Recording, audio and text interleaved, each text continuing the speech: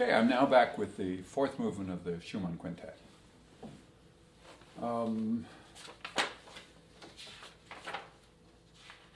I couldn't do what's obvious, you know. I think what I need to do is take stock. So rather than look for trouble spots, I have very specific trouble spots in the other movements, most particularly the runny parts that I have to be able to perform with aplomb and with a minimum of self-consciousness. But here I want to work my way through and see what's left that's really challenging. So.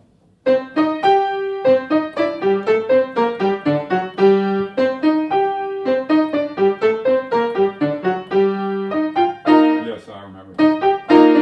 The fingerings I've indicated, these are just little troubles.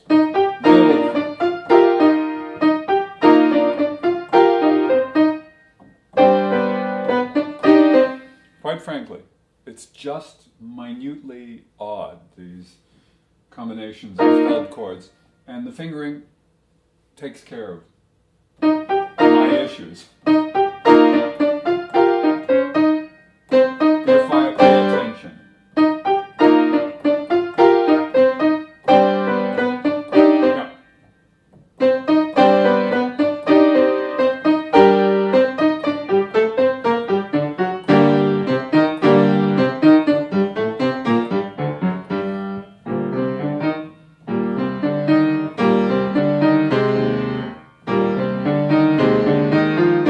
I've got starting fingerings in the left hand marked, and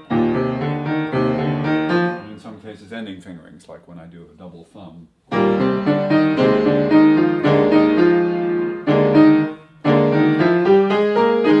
the famous spot where I let go.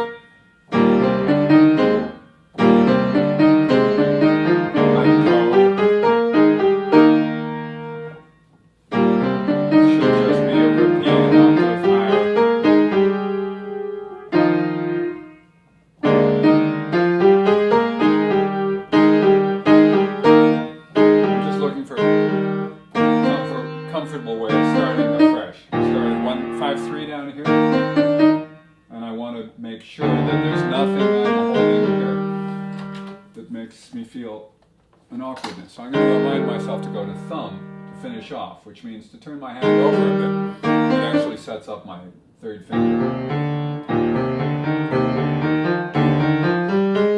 Thumb, yes, that's it.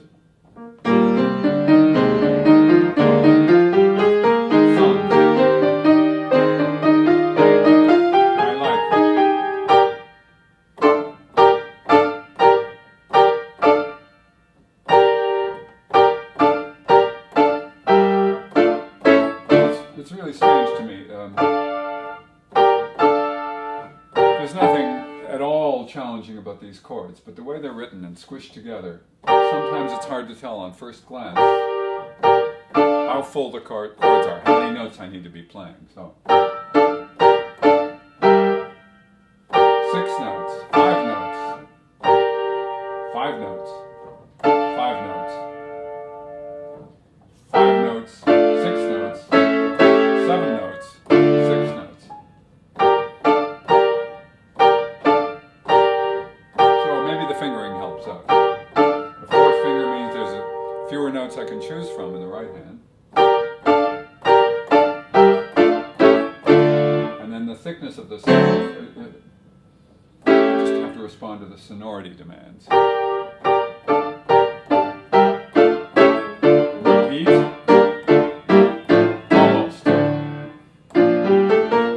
Figure as before in a different key, so it'll maybe necessitate different fingers.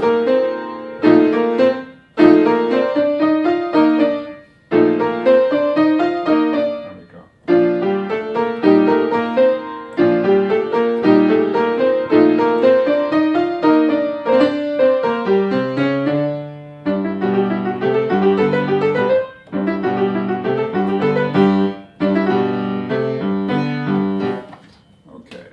Small issue, but the left hand goes like this. It reiterates the low G. Not something I would have intuitively responded to, so my eyes notice it. Now they're going to doubly notice it because I've circled the note.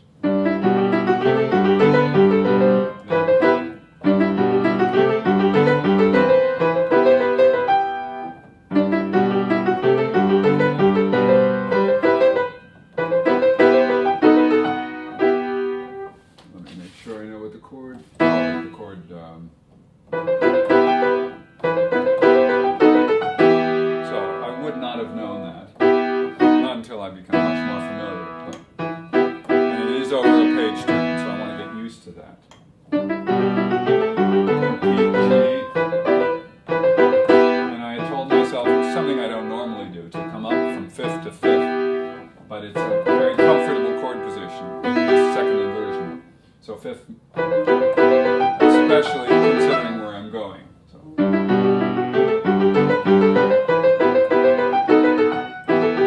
I should point out, talking briefly about the Beethoven Archduke rehearsal I had yesterday, I was quite pleased overall with a lot of the naturally demanding sections that I was playing with relative ease, but at the same time mystified by some completely innocuous parts. Very typically, we let down our guard in the things that we start to take for granted. And so when you take something for granted, it's best to understand that somewhere along the line you pass judgment on what you know about it that makes it possible for you to take it for granted. If you take it for granted but don't really understand anything about why it's simple and approachable, then the risk is at a certain point, especially under fire, like in a performance, you will say, I've never really visited this. I never really looked at this left hand, or this chord looks so reasonable, but I have no idea what it is. So it's important to take care of the little things, especially the ones that disguise themselves as nothing particularly significant.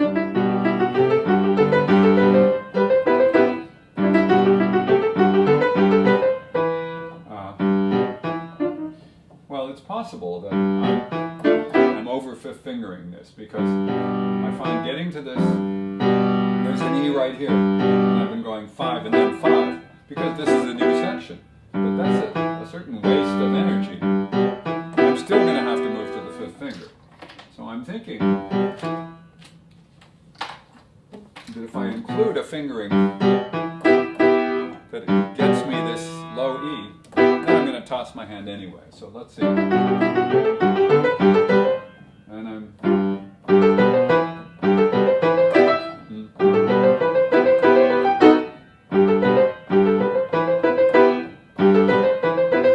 The only problem with that is conceptually and musically, associating those two with one another may not be worth it. My partners join in with me, they're playing pizzas on this thematic area. So I'm interested as I am in that creative solution. I'm not sure I would trust it. So I have enough time to move. New key.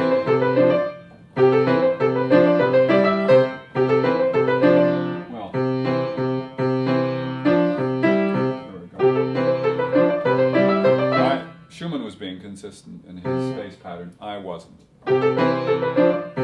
Held, reiterated. Move.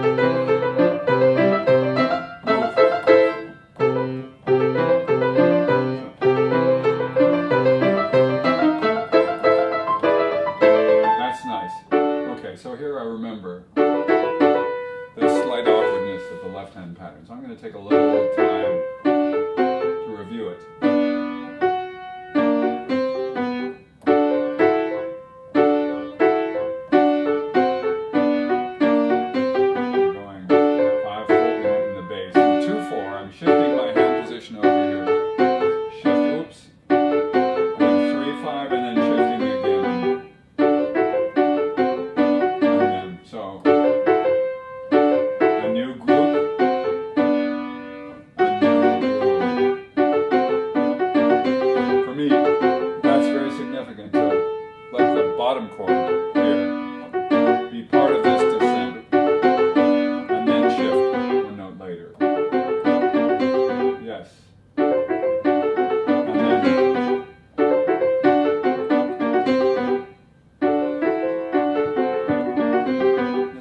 remarkably cumbersome. It's not hugely, it's not uncomfortable, it's not terrible. It's one of those little things that just bugs you. So, there it is. I have to remember that this figure starts with a triller.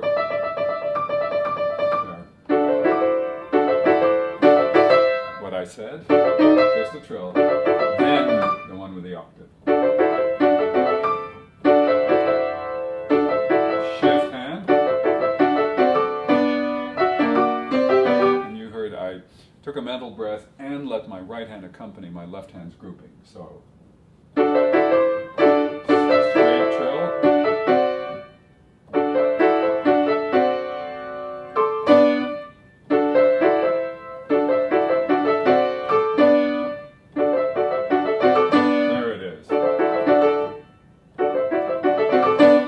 What I'm searching for always in these kinds of things is a two-handed coordinated sense. How does it work? How does it all fit together in a group that makes it possible to compress it, to chunk it into one basic experience, that can have one basic descriptor that helps me to get through it. So in this case, I'm being guided by getting this far, having the left hand get to this 5/3 chord, B, D. So,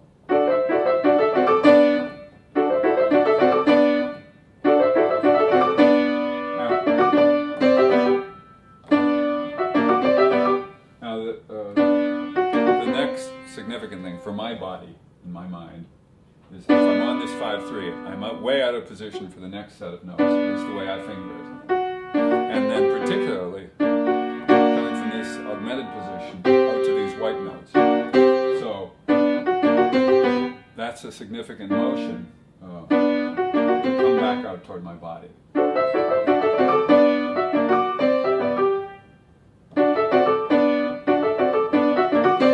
That's it. Now, of course, this is a accompanimental. So I want to be really concentrating more on that line. It's going to be doubled with the viola. Okay, pedal is marked. If this is Schumann's original marking, he just says pedal, which is kind of silly because you're not really going to be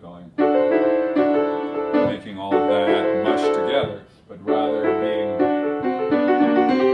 using the pedal to help link the melodic notes. Don't be too literal-minded. The saying I use very often is don't do what the composer says, do what the composer means. And that's true of any human beings. We often misstate or are less than precise or are uncertain about what our true intentions are. So the job of the interpreter is often to try to flesh out what we think they meant, how did they hear it in their heads. And of course, we're wrong a lot of the time, but at the very least, if you don't take things too literally, you can free yourself.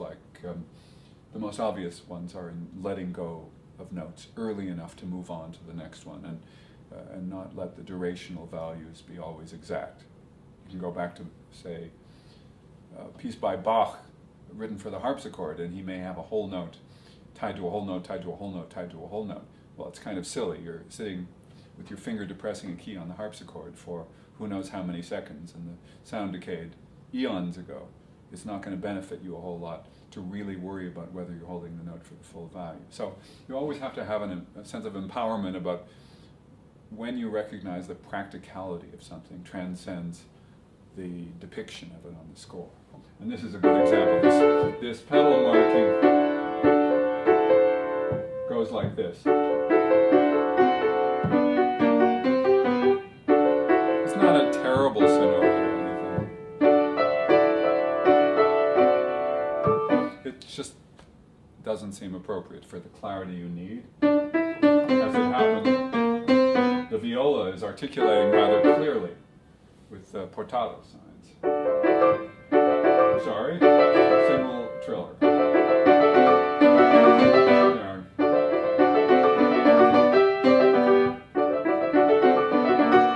Another thing that always when we have time, amuses us certainly amuses me is how much time gets spent on a little detail that will go by in a flash and is an innocuous aspect, or at least a small aspect of the larger performance. So I don't want to spend too much time on this. Let me put it this way.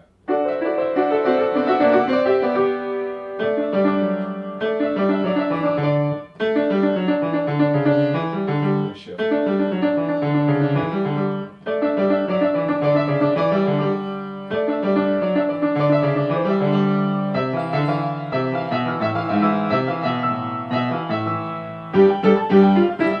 That's going to be easier for me. It's funny how certain things are easier and certain things are harder.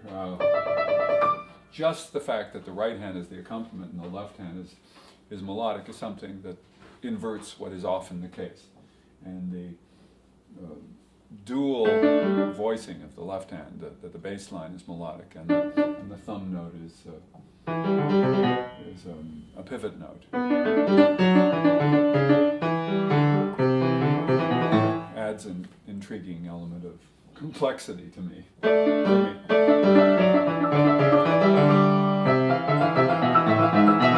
less I look at my right hand, the less I have to worry about it, the better. So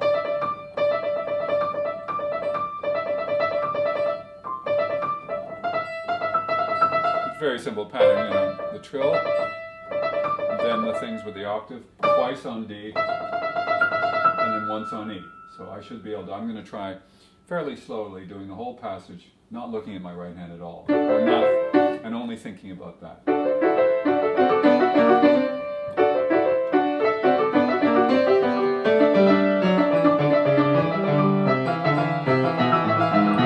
It's not that I didn't think about the left hand. I thought about the left hand a lot. But the only thing I thought about the right hand was its pattern.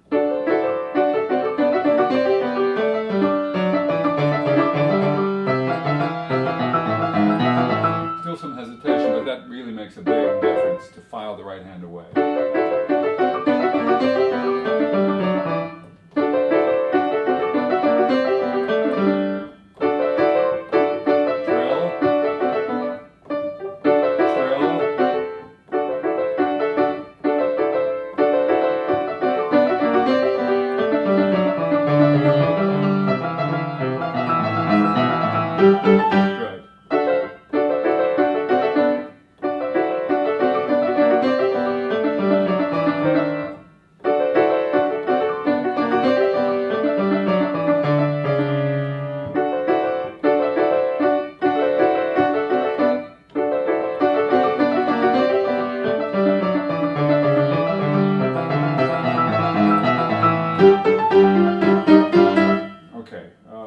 It's not perfect yet, but I need to go on.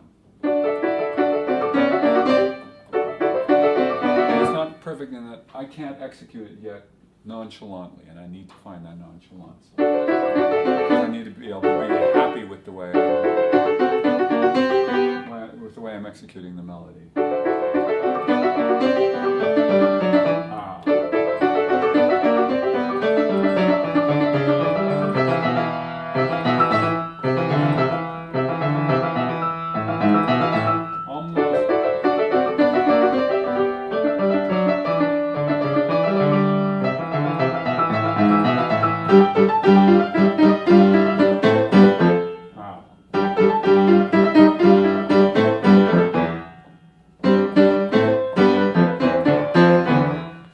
Shifting my attention so that I can get the right contour for the right hand. Right hand leads, left hand leads. I really need just to make that graphical. I need to show myself what I need to be thinking about. Right hand, left hand.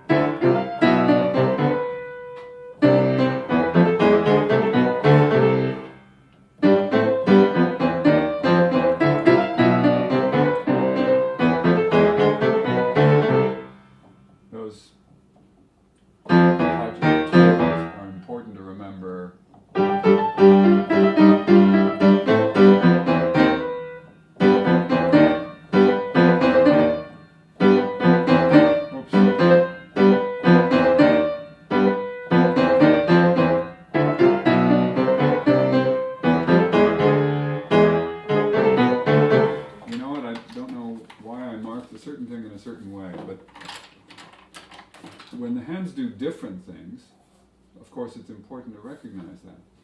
But even more important is when the hands do similar things. So I'm marking the places where the hands do three notes in contrary motion.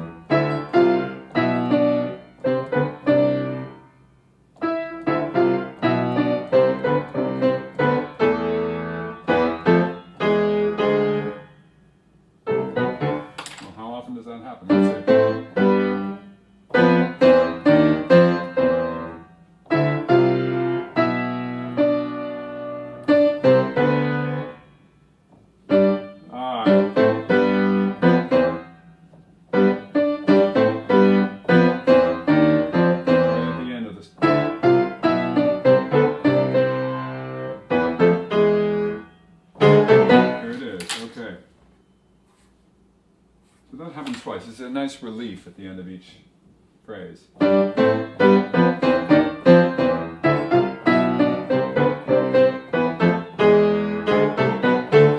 You'll notice I'm playing solid octaves. I probably mentioned this before, but it bears repeating.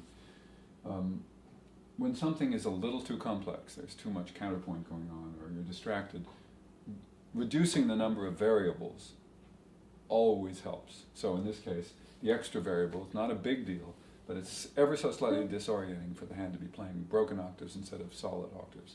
If the octaves themselves were a problem for me, for example, if my hand were small and I needed to really think about the octaves, then I might do the same thing with single notes. It's a stand-in.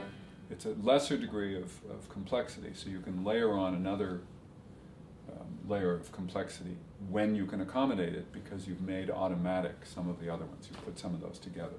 So.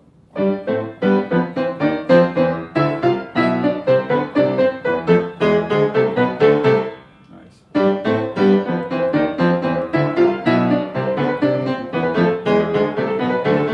right. And a reminder, I had already circled it. No trill to start this figure. Already an octave one.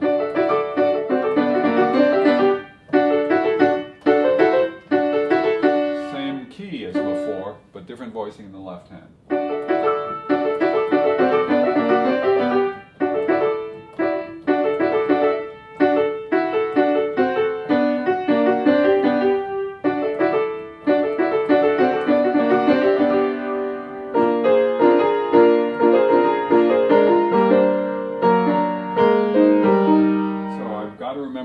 On my list of things to review over the next few days.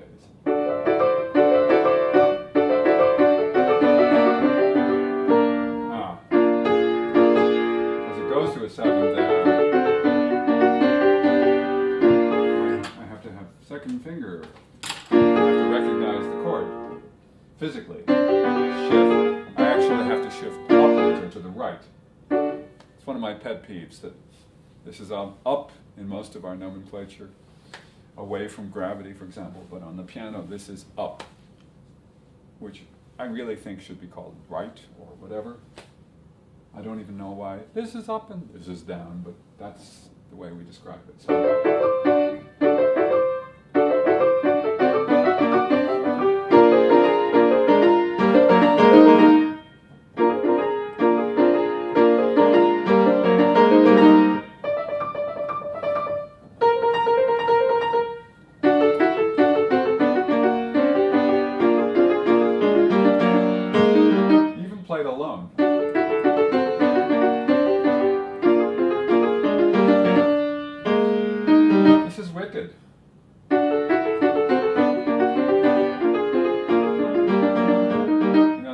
Particularly pianistic. It doesn't fall comfortably on the hand.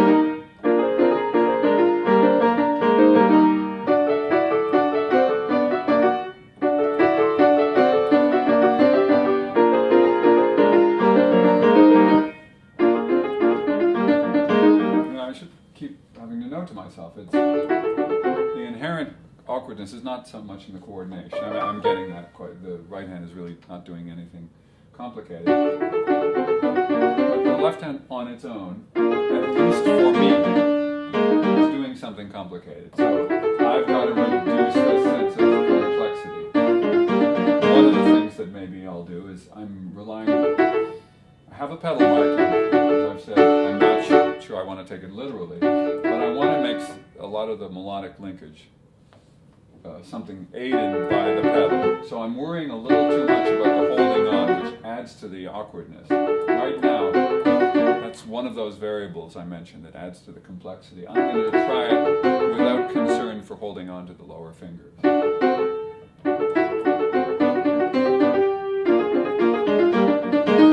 And that immediately reduces the complexity.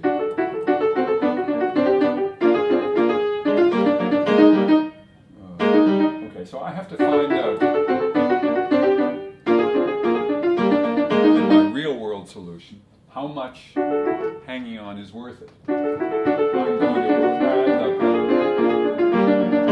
And you'll notice it's immediately more fluid.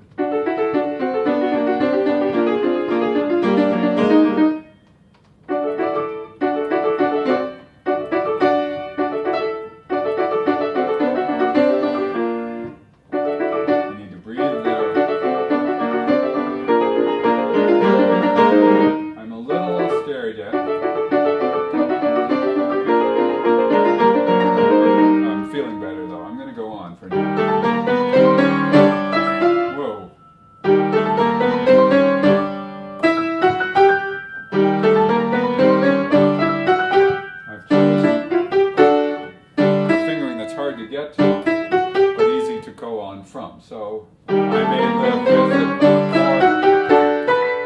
more in both cases. I'm moving to fourth finger and then I'm moving to third finger. There are no fingers under my hand. I have to move. Do I like it? So long as I don't have to think about my right hand, which I shouldn't need to because it's playing the same notes.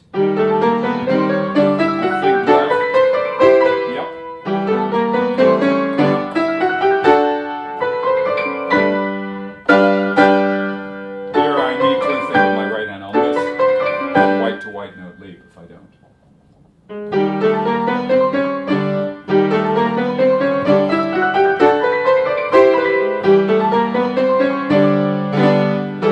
It's different. Before it was an open chord. Here it's a full chord.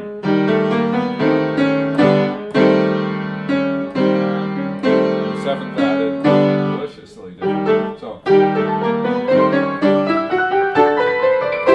thicker.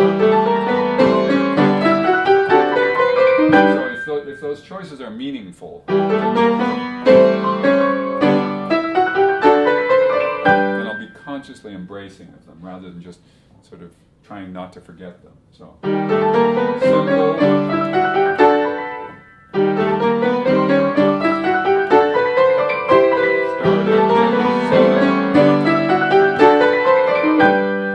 Second one.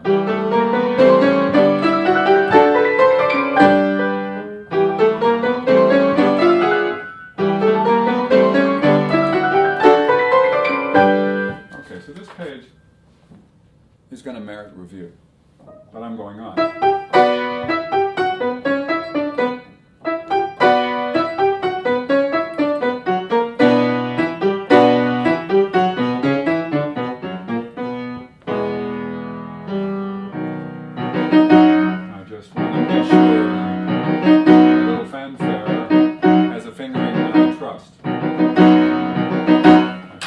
Turn my hand over. I'm going to go 1 and 3. Why 1 and 3 and not 1 and 2? Well, going back to the whole issue of optimization, that is the ideal fingering and one of the most comfortable intervals you can play on the piano. 1 on a white note, 3 on a black note, a third away. That's just playing tailor-made for the hand. It's as if it's a reminder of how the keyboard was invented to fit the hand, not the other way around. So even if I choose not to then go 1, 3, 5, which I'm not as crazy of, I can go to 1, 2, 4 if I choose, for example, which is what I might do or not. I might turn my hand a little so that I'm in position. I just want to have. I could go 1 and 2. The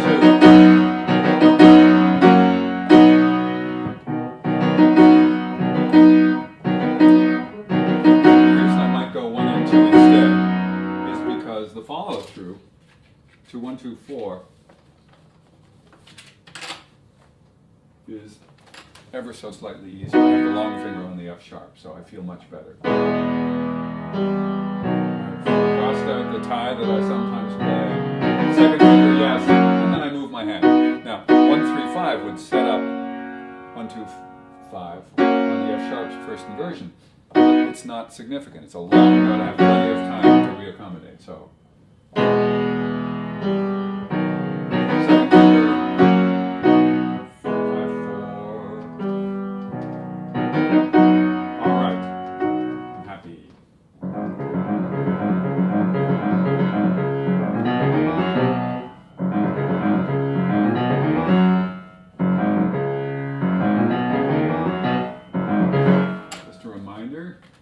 I've been going 1, 2, 1, 5 in the right hand. When I start to scale, it's helpful for me to get to the second finger, the standard black note scale, 2, 3, 4 on the 3 black notes. So just what I do in the left hand, I go to 4th finger there. No matter what I was dealing with before.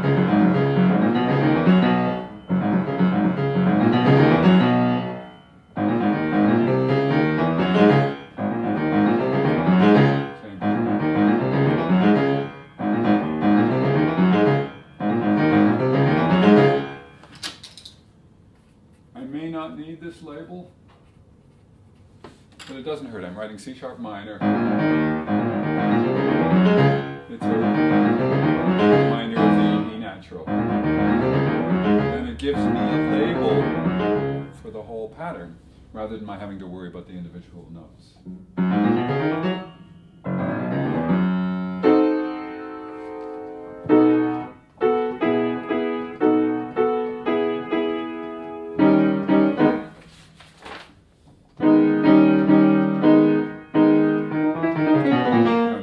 Reviewing chords there.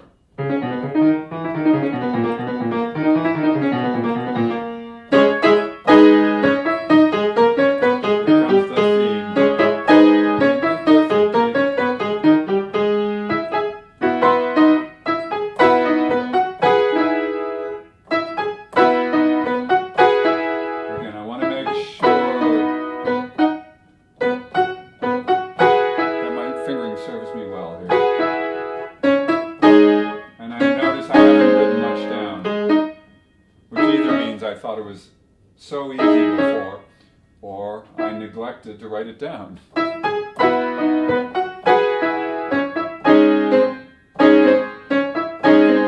I have video breadcrumbs, I could find my way back and see what I said last time. So I said 3 here, this makes sense. I didn't tell myself be on 2 in the left hand. I go to my hand wants to do, because I have 5th finger on F sharp in the left hand. I want to go back to thumb, but I need to go to 2 to get 1 key up. That works. It's funny how one little bit of graphical help can help a lot.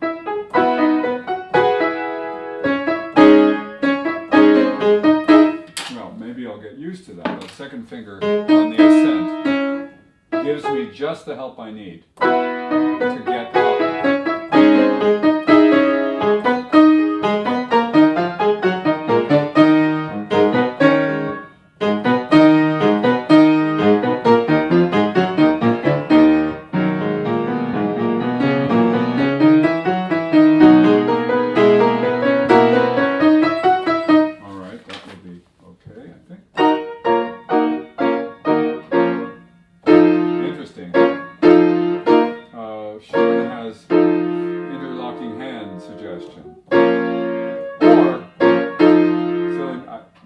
that because I'm so used to liking that kind of tritone fingering, 5-2 in the right hand with black-white. But I could do the more obvious fingering. Just move my thumb.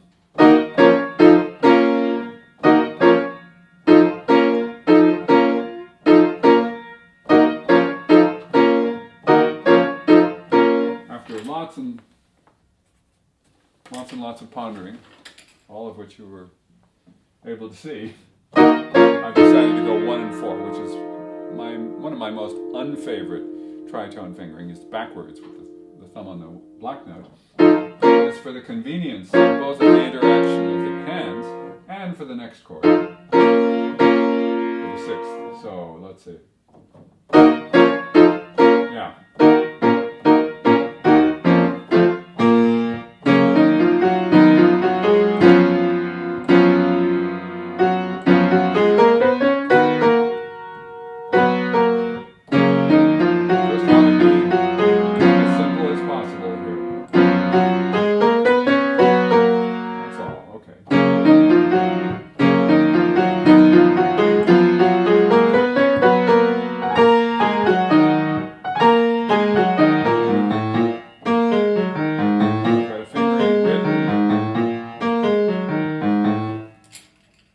Completely written, although I have a rather weird turn. You know what? It's the kind of fingering that I put down when I'm feeling entirely too smart. In other words, I had to turn on E flat in a fashion works if I have my wits about me and if I'm looking. If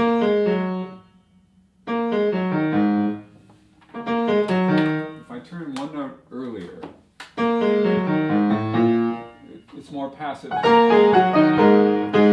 Mentally, I don't have to be as involved. And that's what I want. I want some degree of passivity. All right.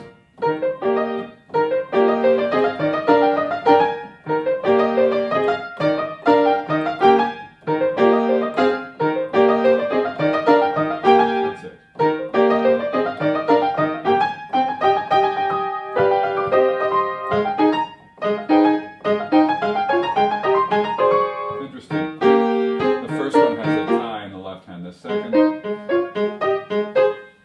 is all boom chick.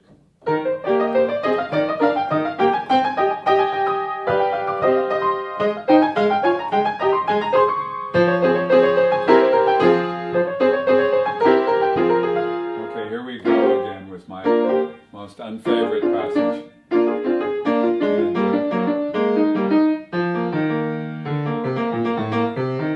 If it were always in the same key, at the very least, I would know precisely what to do.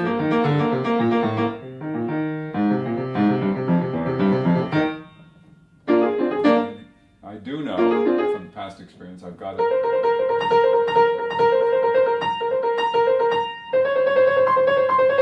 One glance is really all it needs. It does it twice on B flat and once on C. So.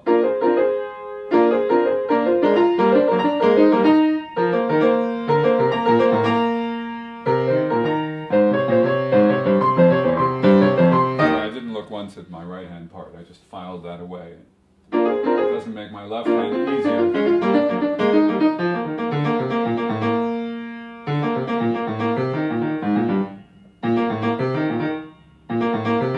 It's an odd, I chose to go 3-2 down here. Do I really like it? Don't know. It's not bad, so I don't have to come in with my thumb to the black note. Maybe I do like it, in other words. Then I should.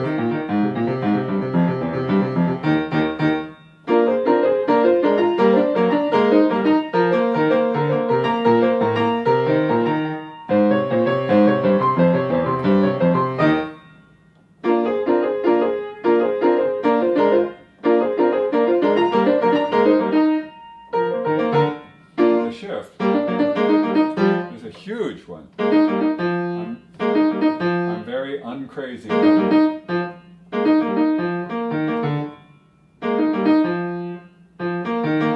Maybe I need to put it elsewhere. In other words, maybe I need to go to fifth, make the shift easy, and then shift one note later again. I think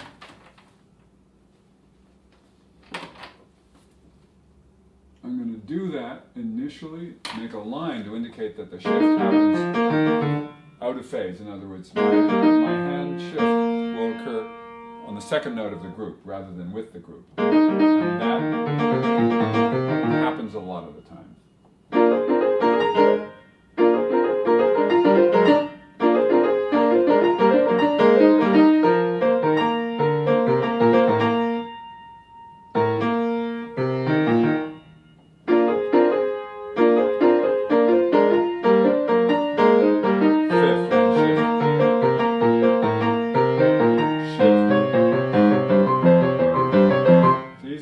Slowly.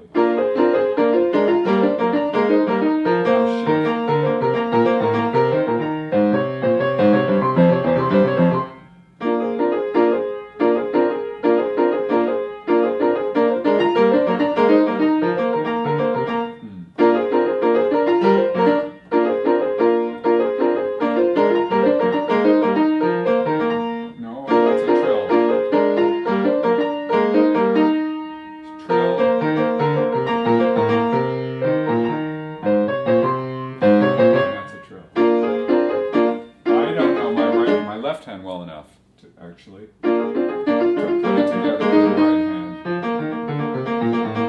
If I could be talking to you, for example, none of this involves leaps. So I ought to be able to do this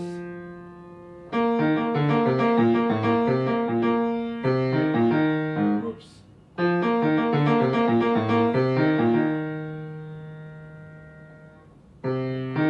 Obviously I can't. But at least I know what the challenge is. Shift, fifth,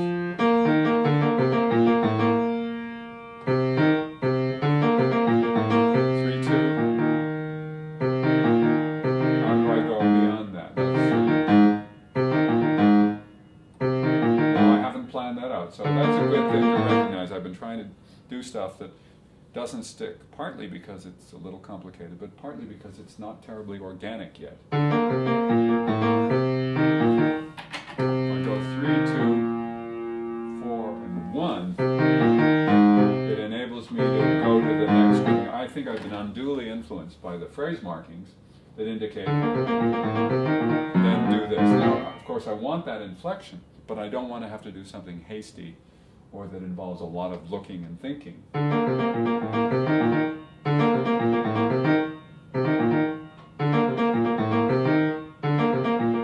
the 3 is good to get me to the C. But then I need to shift my hand inward to get me a pivot fingering on the E flat. Yes.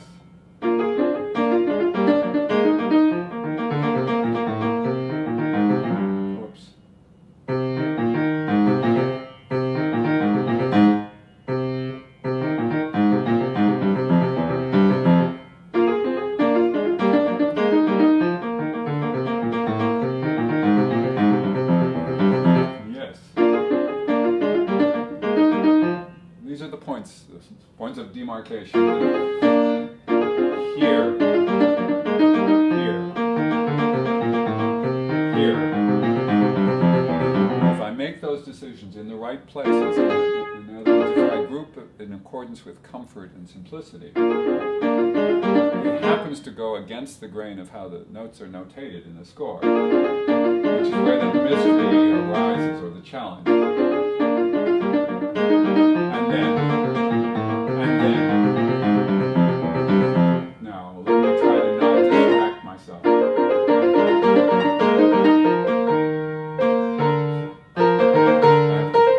little trill.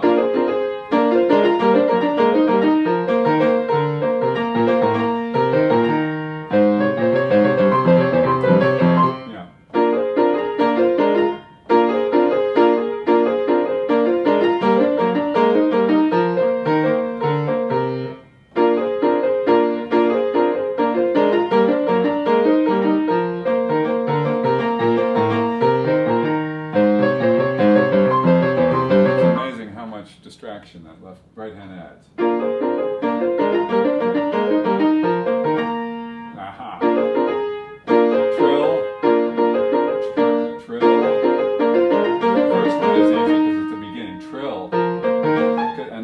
while I'm shifting my left hand. So bizarre as that little group may sound alone, I have to practice it. Whoa. Notice why I need practice. So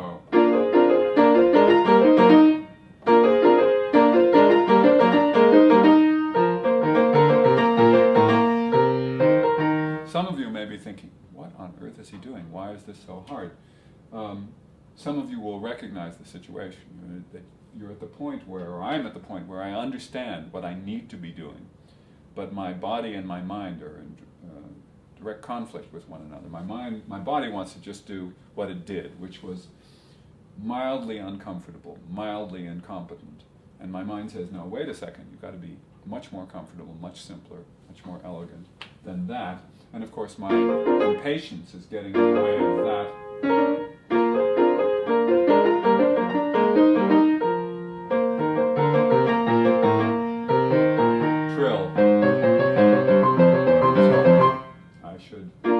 Myself positive reinforcement, which either involves playing more slowly or it involves shortening the amount of material I ask of myself. For example, I can make that first trill work really well if I only go to here. If I only go to here.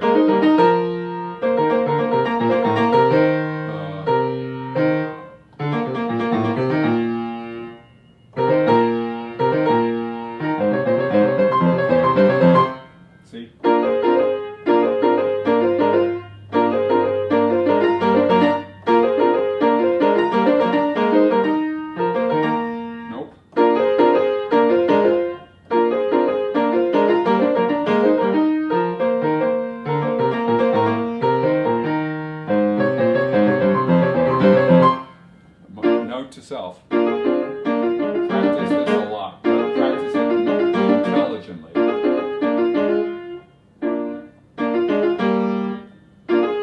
I notice I'm using a fingering that I haven't written. I'm getting to come back out to 2-4 here. I don't do that. And I do not at all like it when a vestige of a fingering is there. Sort of thumbing its nose at you, and you say to yourself, oh, please ignore that. I don't want to have to ignore what's obvious. I want to see something more reinforcing. So I've substituted that 2-4 with another 3-5.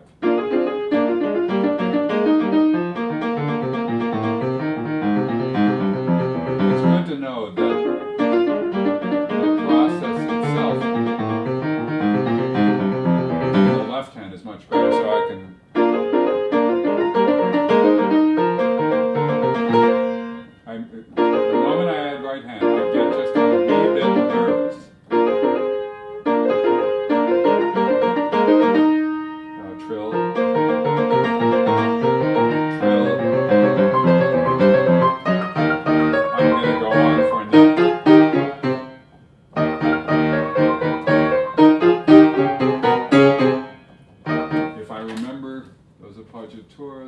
boy, does that help.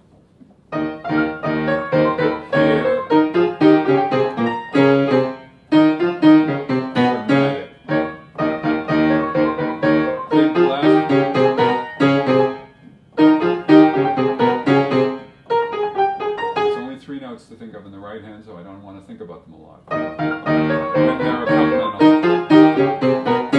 that's it. Stay.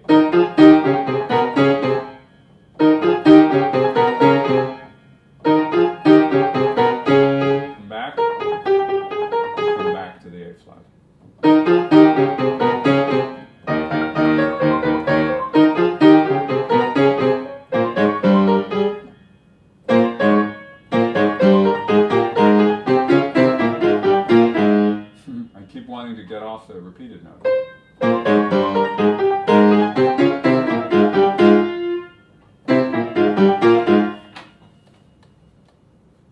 Again, I'm marking the lead voices. Right, left,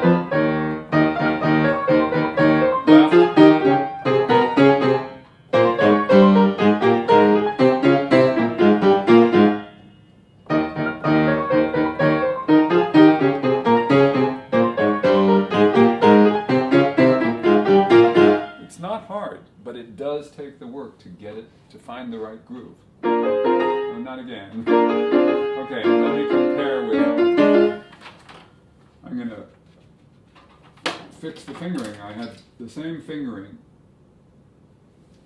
that I changed, duplicated here, so I want to make sure that I've fixed it.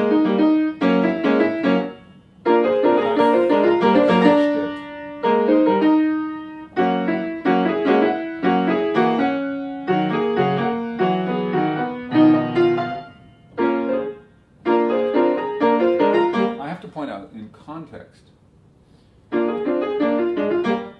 if I'm in a rehearsal, for example, if I have a fast passage that I don't play completely accurately or whatever, I'm still more likely to be able to provide a sense of texture, something that contributes well to the rehearsal. In something like this, I've really got to be able to, it's more challenging in a way because it's so, it's thematically important, and there's an inherent simplicity in how it should sound. So I can't just sort of scurry around playing oodles of arpeggios. So this is something that I owe to my colleagues to fix as quickly as I can.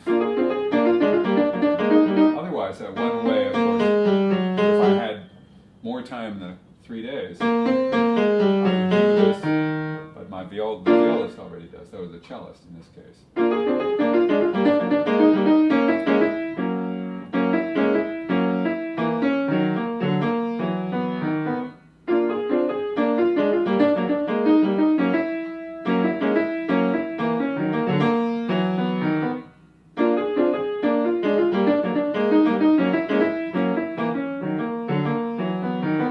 Part of the problem that I'm recognizing now retrospectively is that I didn't cheat. In other words, I started this video project at the beginning of what would have been my teaching semester, which was just a few weeks ago. So having all this stuff on my plate means I have to take care of it now, not before you heard me starting the tape. So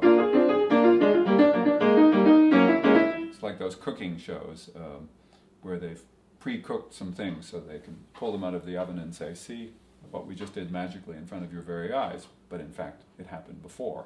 So I can't do that here. Well, that feels good though, at least. It's a nice key.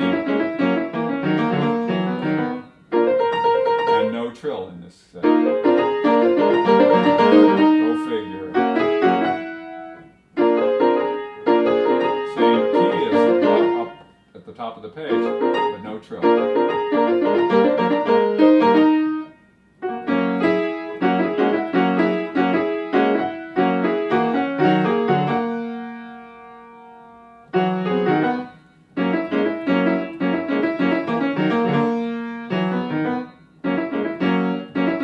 That's easy, really comfortable, delicious feeling.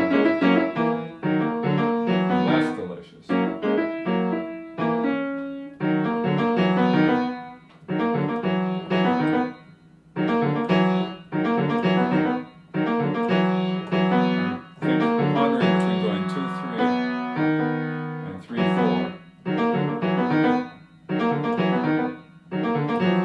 Is immediately there.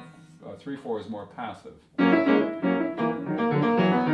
For now, I'll do 2/3.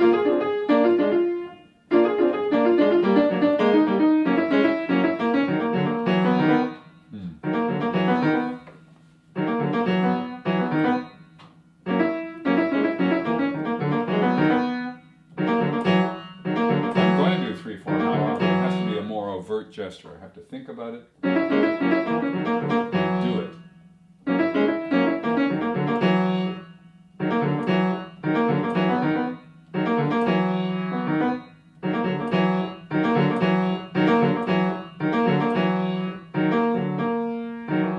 I'm experimenting with the weirdest fingers. I'm going 2/4, 2/5, 2/4 again, and then 3, because 3 is longer.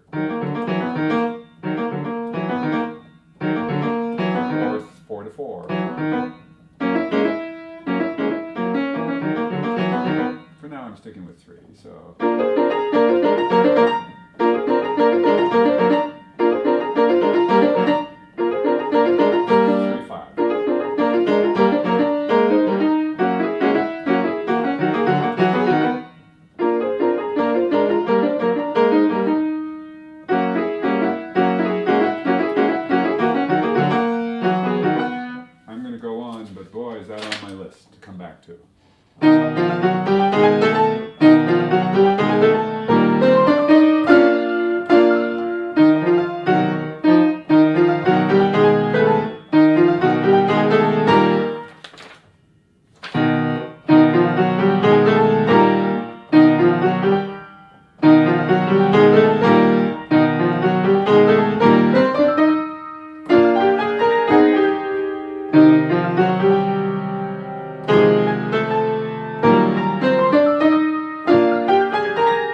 Just looking at the fingerings in my left hand. They're all marked.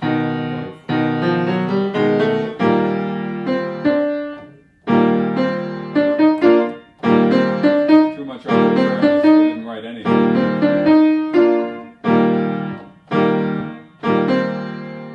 I'm going to 2-4-5 here, which I like. I have to work my way back 3. I have 1 here.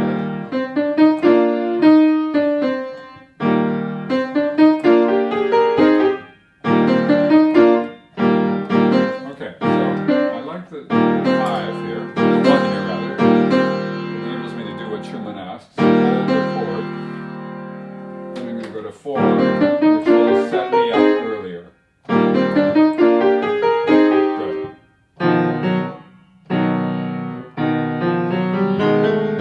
4, yes.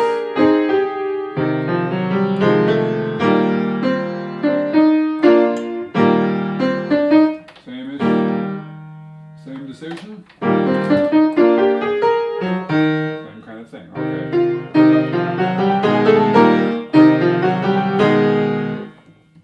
Somehow I ignored that C flat the last time around.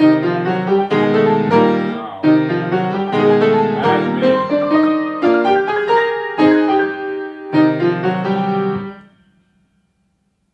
Okay. I knew there was a harmonic shift, but stays with C natural here. I didn't give it full credit, so that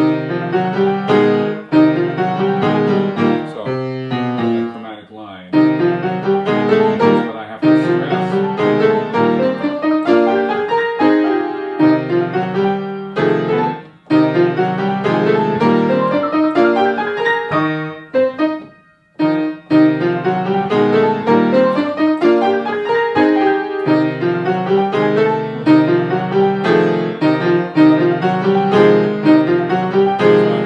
Sensation change between that and that available to me. This is number 1. Second one.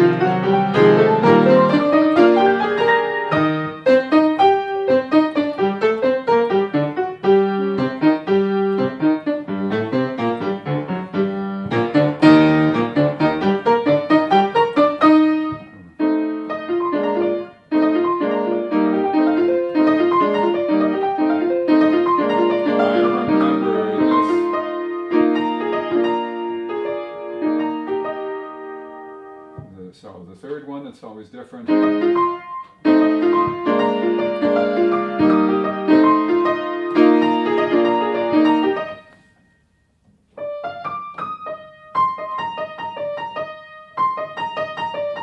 Only 1 5 chord there. Which is to say, only 1 D. All the other thumb notes are E flat.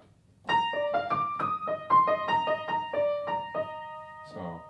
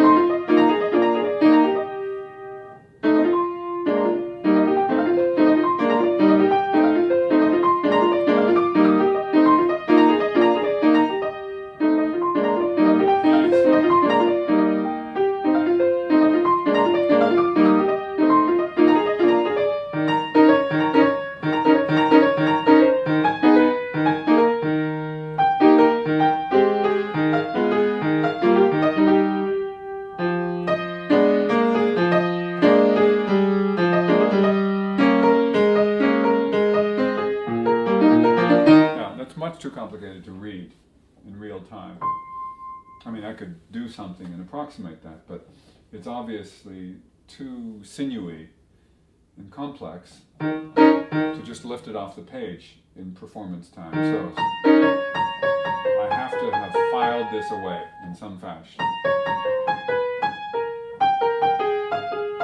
And I have marked groupings.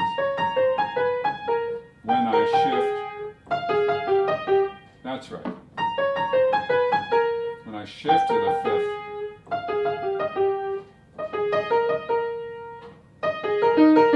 those lines are very helpful.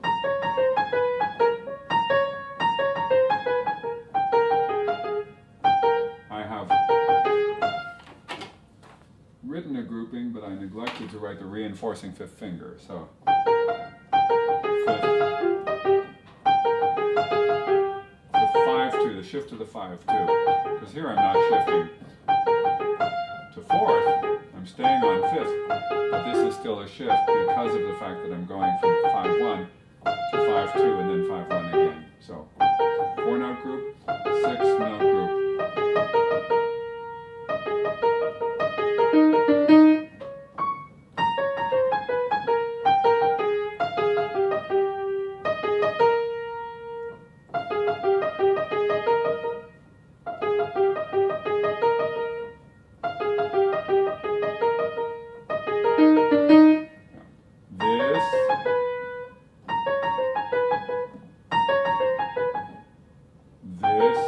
This.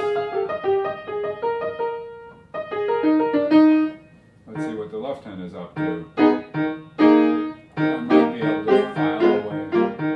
Well, there's nothing complicated about the chords. It's a question of the linear relationship. How does my hand feel? How does my body remember that?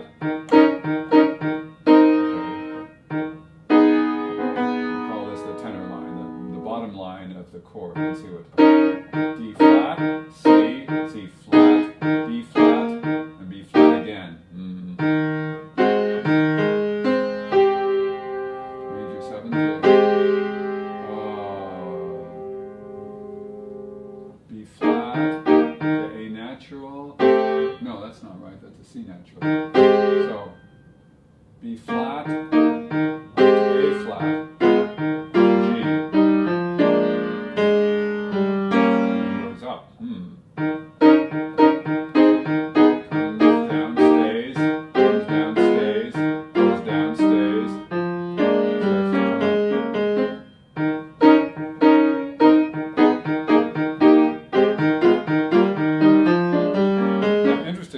Just attending to one of those many voices, and I could use the top voice, which is doing much the same kind of stuff.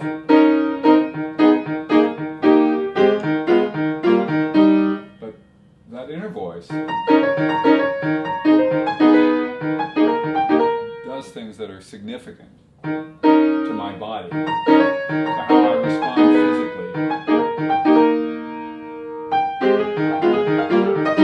I had forgotten to remind myself is the comfort of gathering my resources around the tide note, taking a breather and looking ahead. Oh yes. Oh yes. Oh yes.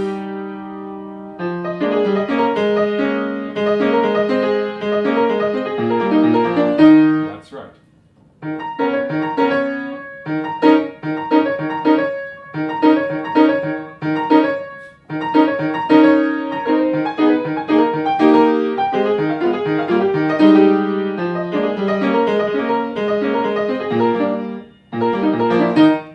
Makes a big difference. Those clustering notes. Wait. Wait. Now move. So.